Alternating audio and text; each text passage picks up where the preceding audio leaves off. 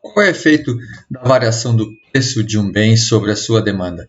Essa resposta parece simples, uma vez que a gente já conhece a lei da demanda, né, que nos diz que há uma relação inversa entre preço e quantidade demandada. Quando o preço de um bem sobe, a gente espera que a demanda por esse mesmo bem caia e vice-versa. O que a gente vai fazer nesse vídeo e nos próximos é decompor essa variação.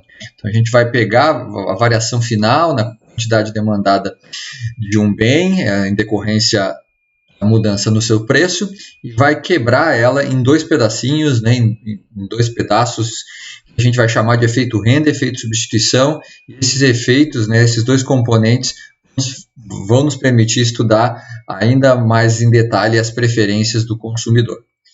Então, para isso a gente vai continuar utilizando o exemplo da pizza e cerveja, cervejas de alta e baixa qualidade, porque a gente vai precisar de bens normais e inferiores para entender bem os conceitos aqui. Certo? A pergunta que a gente quer responder, portanto, é como a demanda por cerveja é afetada por variações do seu próprio preço, né? Para isso, nós vamos manter fixos os preços o preço da pizza e a renda do consumidor e vamos variar somente o preço da cerveja mesmo, né? É a ideia do ceteris paribus que a gente vem usando sempre para esse tipo de exercício. Como eu já mencionei, a gente sabe pela lei da demanda que, em geral, essa relação aqui é verdadeira, né? Essa derivada é negativa. Bom, primeiro, essa derivada nos diz que quanto maior o preço, menor a quantidade demandada de X, e quanto menor o preço, maior a quantidade demandada de X, né? Mas vejam que aqui eu coloquei em itálico o em geral, só para já nos alertar que essa relação aqui, essa derivada, ou seja, a lei da demanda, vai ser verdadeira para quase todos os casos, vai ter uma exceção, e essa exceção a gente vai tratar dela nos próximos vídeos, tá certo? Bom, como é que a gente vai decompor essa variação total? Então, notem que essa variação, né, o que eu vou chamar de efeito total, o efeito do preço sobre a quantidade demandada, nada mais é do que essa derivada aqui, né? Essa derivada eu vou chamar de efeito total, o quanto muda a demanda em resposta a uma mudança do preço. Aqui, ó, vocês notem que eu já coloquei esse efeito total, essa variação, pode ser positiva ou negativa. Então, eu já estou incluindo aqui aquela exceção que eu mencionei quando estava falando da lei da demanda. Se for negativo, é o caso mais comum, a lei da demanda, né? Maior o preço, menor a quantidade. Se for positivo, a gente vai estar nesse caso bem excepcional, bem raro, que a gente vai falar mais para frente.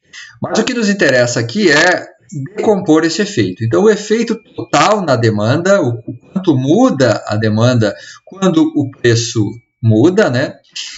A gente vai quebrar esse efeito em um pedaço que a gente vai chamar de efeito substituição, que vai ser sempre negativo, e o efeito renda, que pode ser positivo, pode ser negativo, tá? Então, essa aqui é a chamada equação ou identidade de Slutsky. A equação de Slutsky, ou identidade de Slutsky, ela decompõe o efeito da variação de preço sobre a quantidade demandada, o efeito total, em efeito substituição mais efeito renda. Agora vamos aprender o que é cada um desses dois efeitos, tá? Primeiro deles, o efeito substituição. Como o nome já sugere, aqui a gente vai estar lidando com a ideia de substituir o bem que se tornou relativamente mais caro, pelo bem que se tornou relativamente mais barato depois da mudança de preço. Lembra que o preço está mudando aqui, né? Então, a definição um pouco mais formal aqui do efeito de substituição é a medida da variação na demanda em decorrência da mudança do preço relativo, mantendo a utilidade do consumidor constante. Então, pensem o seguinte, quando o preço do bem muda, certo? Duas coisas acontecem, é isso que os dois efeitos aqui estão tentando captar, né? Por um lado, mudam os preços relativos, e se o preço do X mudou, suponha que o preço da cerveja aumentou. Quando eu estou fazendo esse exercício ceteris paribus, o preço da pizza não se alterou. Se um dos dois bens só tem o seu preço mudado, o preço relativo se altera, certo? Então, Em termos relativos, agora, se a cerveja subiu o preço, é claro, ela está em termos absolutos mais caros, mas em termos relativos, em relação à pizza, ela está também mais cara. Então, essa mudança no preço relativo, por si só, tem que fazer com que o consumidor mude a sua escolha ótima. É isso que o efeito substituição leva em conta. O efeito na mudança da escolha da quantidade de cerveja do consumidor somente devido à mudança no preço relativo. Para a gente isolar o efeito do preço relativo, a gente vai fazer, como a gente vai ver já já, um exercício de manter a utilidade do consumidor constante. Suponha que a utilidade do consumidor não se alterou depois que o preço da cerveja ficou mais caro. O que é algo irrealista, né? Porque ela vai ficar menor uma vez que ele vai ter que comprar menos cerveja. Mas suponha que eu consiga compensar ele, dar mais renda a ponto de que ele fique com a mesma satisfação. Mesmo assim, devido à mudança no preço relativo, ele vai alterar a escolha ótima dele. Esse é o efeito substituição. O efeito capta exclusivamente a parte da mudança na demanda que se deve ao preço relativo, à variação do preço relativo, mantendo a utilidade do consumidor constante. Tá? O segundo efeito é o efeito renda, porque quando os preços mudam, ou o preço da cerveja, como no nosso exemplo, muda, o que acontece, suponha que a cerveja tenha subido, né, tenha ficado mais cara. O que acontece é que esse consumidor perde poder aquisitivo. Com a mesma renda que ele tinha antes, ele não compra mais a mesma quantidade de bens que comprava, né? E agora que a cerveja ficou mais cara, ele perdeu o poder aquisitivo. Claro que se o preço cair, ele ganha poder aquisitivo. Mas o que interessa aqui para a gente é que há uma mudança no poder aquisitivo do consumidor e essa mudança também tem que impactar na demanda dele por cerveja, claro, por pizza também, mas por cerveja em particular. Tá? Então, a gente vai separar esses dois efeitos. O efeito substituição vai ser o quanto variou a demanda de cerveja exclusivamente devido à mudança no preço relativo. Depois, o quanto a gente vai captar o efeito renda, o quanto variou a demanda exclusivamente devido à mudança no poder aquisitivo do consumidor. A soma desses dois efeitos vai ser o efeito total, certo? O que a gente vai mostrar aqui? O efeito substituição vai ser sempre negativo, como a gente mencionou no slide anterior. Ou seja, o consumidor sempre, isso vale para qualquer tipo de bem, tá? Ele sempre vai substituir aquilo que é relativamente mais caro do que é relativamente mais barato. Então, quando o preço da cerveja sobe, ele troca consumo de cerveja por consumo de pizza, certo? Isso no efeito substituição, pegando exclusivamente o efeito do preço relativo, certo? Agora, o efeito renda, esse pode ser tanto positivo quanto negativo e o sinal desse efeito vai depender do tipo de bem que a gente está lidando, se um bem normal ou um bem inferior. Se ele for um bem normal, o efeito renda vai ser positivo, se ele for um bem inferior, o efeito renda vai ser negativo, certo? Vamos ver como isso funciona. Para o caso de um bem normal, é isso que a gente vai fazer nesse vídeo. O bem inferior vai ser no próximo vídeo. Tá? Vou fazer o caso de um aumento de preços aqui. Como eu estou com um bem normal, eu estou enfatizando que a cerveja aqui é de alta qualidade. Tá? Lembrem o que é um bem normal. Um bem normal é aquele que a sua demanda aumenta quando a renda do consumidor aumenta, certo? Mas o que eu vou fazer aqui é mexer no preço da cerveja, tá? Não na renda. O efeito na renda vai ser um efeito implícito através do poder aquisitivo. Tá? O que está mudando aqui é somente o preço da cerveja. Tá? O preço da pizza e a renda não estão mudando. Vamos começar com esse ponto X1 aqui. Essa reta orçamentária mais da direita é minha reta original. E com essa situação original aqui, antes do aumento de preços, o consumidor está comprando X1 unidades de cerveja de alta qualidade. Está atingindo o nível de satisfação indicado por essa curva de diferença vermelha mais alta. Ok? Agora, suponha que houve um aumento no preço da cerveja de alta qualidade. A cerveja ficou mais cara. O que acontece em termos gráficos aqui da restrição orçamentária, da reta orçamentária? sabe que há esse deslocamento da reta azul aqui mais à direita para essa reta azul mais à esquerda, né? A reta orçamentária se desloca para dentro, mudando a sua inclinação, certo? Bom, o efeito final dessa mudança, tá, é o que a gente vai encontrar na tangência da nova reta orçamentária com a curva de indiferença. Portanto, a queda total na demanda por consequência do aumento do preço da cerveja é de X1 para X2. Então, o consumo final de cerveja é X2. Esse é o efeito total que eu estou desenhando aqui, marcando como com essa flechinha preta. Então, a queda total na demanda devido ao aumento do preço de PX1 para PX2 é essa flechinha preta aqui, toda essa distância. Tá certo? Bom, mas o que eu quero fazer agora é decompor essa queda em efeito renda e efeito substituição, certo? A gente sempre começa pelo efeito substituição. Como é que a gente faz isso? Bom, a gente vai pegar esse ponto final aqui, ó, o X2, e a gente vai fazer um exercício hipotético, imaginário. Tá?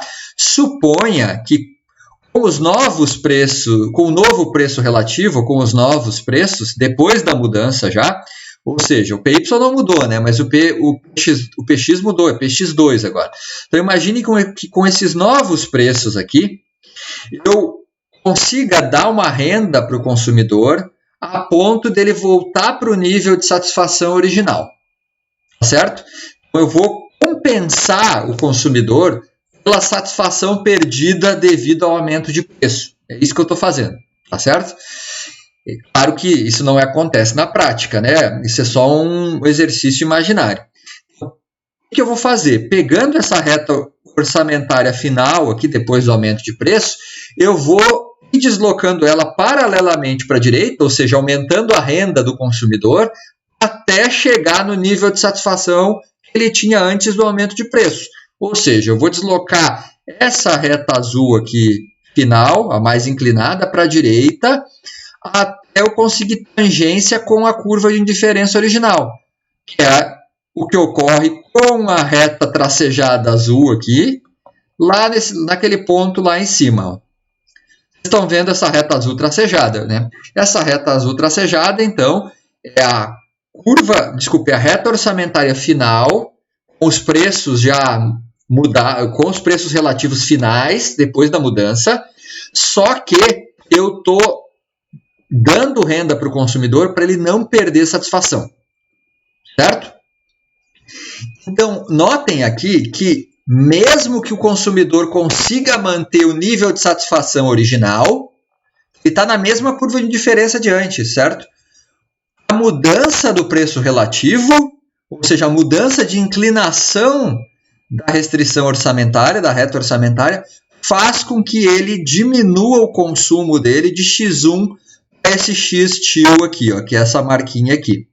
Ou seja, o efeito substituição, que eu estou desenhando aqui pela flecha verde, faz com que o consumidor diminua o consumo dele de X1 para X-TIL. Notem, eu enfatizando, né, a definição de efeito de substituição, que essa queda aqui não se deve à mudança do poder aquisitivo do consumidor, porque eu devolvi a renda para ele manter o mesmo nível de satisfação, eu compensei ele, né? Essa queda se deve única e exclusivamente à mudança da inclinação da restrição orçamentária, ou seja, a mudança no preço relativo. O consumidor, nesse caso, ele está substituindo o consumo daquilo que se tornou relativamente mais caro, a cerveja de alta qualidade, por aquilo que se tornou relativamente mais barato, que é a pizza. Certo? Esse é o efeito de substituição. Agora, para chegar no efeito total, eu preciso do resto da distância, que vai ser o efeito renda, né? Mas qual é a intuição por trás do efeito renda? É mais simples, porque, vejam, esse exercício de dar a renda para o consumidor, compensar ele pela perda de poder aquisitivo, voltar para o nível de satisfação original, foi um exercício imaginário, né, hipotético. Na prática, isso não acontece. Então, eu vou tirar essa renda do consumidor, porque, na verdade, eu não dei, né? Eu vou pegar ela de volta. Bom, ao fazer isso, eu retorno essa reta tracejada azul aqui para o seu lugar original, que é justamente a reta orçamentária final, essa aqui, né, mais da esquerda. Mas vejam, ao fazer isso, eu estou me deslocando desse ponto aqui, ou do x-til, para o x2. O deslocamento do x-til para o x2, ele se deve única e exclusivamente à mudança na renda, no poder aquisitivo, porque houve um deslocamento paralelo da reta orçamentária. A inclinação da reta orçamentária, quando eu desloco do x-til para o x2, esse deslocamento desse ponto para esse, a inclinação não muda, é um deslocamento paralelo. E a gente sabe que deslocamento paralelo ocorre quando tem mudança de renda. A mudança daqui para cá se deve única e exclusivamente a uma mudança na renda, entre aspas, do poder aquisitivo do consumidor. Portanto, esse pedacinho aqui, essa distância, a queda de x-til para o x2, se deve somente àquele poder aquisitivo que o consumidor perdeu quando os preços, no caso o preço da cerveja de alta qualidade, subiu. A soma dessas duas quedas, né, a queda devido exclusivamente à mudança do preço relativo, a queda devido exclusivamente à mudança no poder aquisitivo, e dá a variação total na demanda do consumidor, certo? No próximo vídeo, a gente vai estudar os efeitos da equação de Slutsky, efeito renda, efeito de substituição para bens inferiores.